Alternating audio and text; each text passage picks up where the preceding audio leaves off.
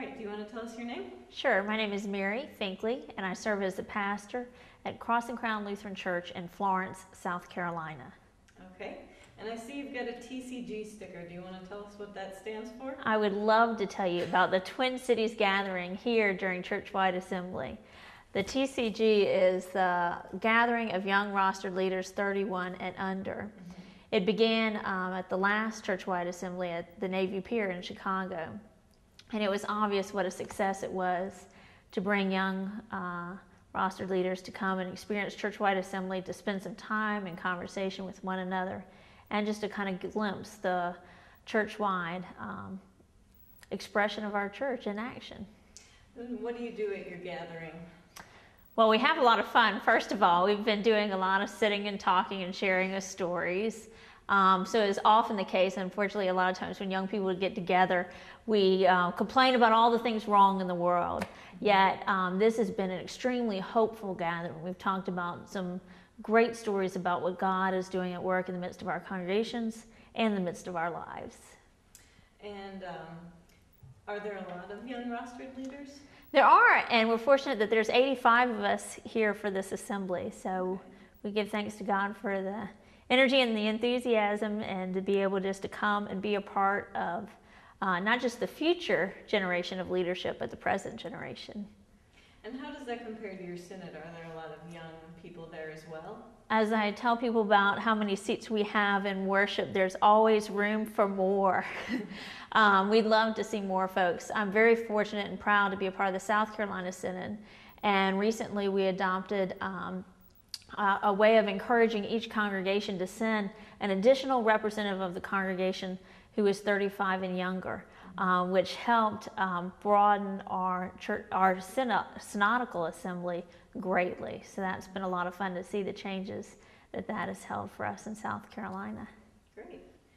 And you also talked about sharing stories of how you see hope in your particular ministries. Do you want to share one of those with us?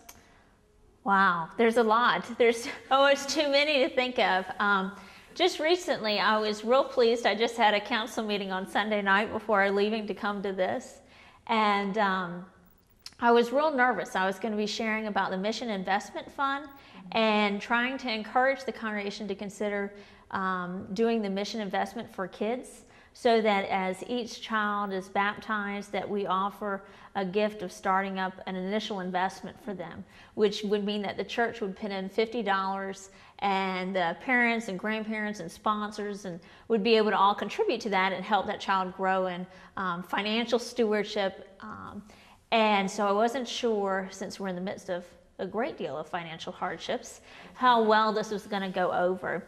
Well, before I could even finish reading what I was presenting to the council, they enthusiastically received this idea and were real excited about giving this gift to this next generation of the faithful.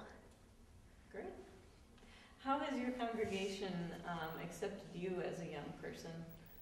Are you the only pastor there? Or? I am. I love it when people ask whether or not I'm the senior pastor or the associate pastor, because since I'm the only pastor, all of the above, I'm very fortunate that they have received me with joy and thanksgiving, and that there's a very good relationship there and a lot of respect for one another. My respect for their wisdom and experience, and I think they appreciate seeing a new point of view. And then if I can ask you just one more question, how does your congregation live out the statement, God's work, our hands? I think for our congregation, I'm a pastor of a small congregation, and everyone is a leader. And I mean that sincerely. I mean, there's no floaters that are just going for a nice ride.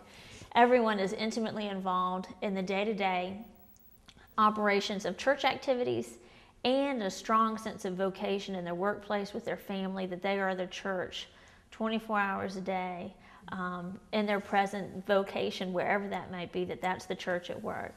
So we have a strong sense of everyone feeling like they're a participant in what God is doing, both within the confines of the church building and outside in the world. Wow. Do you have any community outreach programs, or how do you interact with your community? One of the things I'm real fortunate about serving this particular congregation is that they have a deep sense of hospitality and stewardship. And by that, being a small church, we don't have a whole lot of committee meetings and events that fill up the church building through the week. But yet the church is used almost every single day. We host a lot of AA meetings, OA meetings, CA meetings. So that's Overeaters Anonymous, Cocaine Anonymous, that we feel that the place should be used and is a gift to the community. And so we've been real fortunate that even though it's a small congregation, that the church facilities are being used nearly every day. Great. You sound really positive about what your congregation is doing. Do you feel the same way about the ELCA? I do. I'm very fortunate that I think early in my growth as a Christian and as my development as a leader to have been a part of a great seminary, Lutheran Theological Southern Seminary, where I was encouraged to interact with the ELCA as a church-wide expression. I worked with women of the ELCA and doing a travel seminar to India, which made me ever so proud to be a part of this church body. So I'm very optimistic and hopeful that we celebrate the congregation, the synod, and church-wide expressions of our being in Christian faith. Do you see those interacting at a pretty equal level? No one taking more than their share there? For me, it's like love. You know, do you ever run out when you have that second child? Does the first child receive less love? No, the love grows. So for me, I'm real fortunate that I just can experience deep affection for each of those three. However, I think in reality, there's a lot of disconnect, unfortunately, with what people experience as the church, whether or not that's an over-focus on simply the congregation as an independent, autonomous thing, or simply thinking of just the wider picture. But we need both, and it's a balance that's real important for us to try to seek out in our daily lives. Yeah, do you have any ideas about how we can bridge that disconnect? I know that's a tough question. It is a tough question to think about how people can feel that sense of investment in each of those expressions. In other ways, though, I think they just need to come and experience. You know, Jesus says, come and see. That if we had more people that feel like they're welcome to come, to just glimpse at a synod-wide assembly. They didn't have to vote, you know, or be concerned about the pressures of what was going on and what was happening, but just to come and see the good work. The same thing for church-wide assembly. You know, that if I've been trying to kind of encourage members of my congregation to kind of take turns at synod assemblies, and we've done some work with going to visit our companion synods in Tanzania and in Colombia in South America. And each time, I think that's planting some seeds to see how the dollar they put in the offering plate in Cross and Crown in Florence connects to the work of the wider church. All right, well, thank you very much. Okay.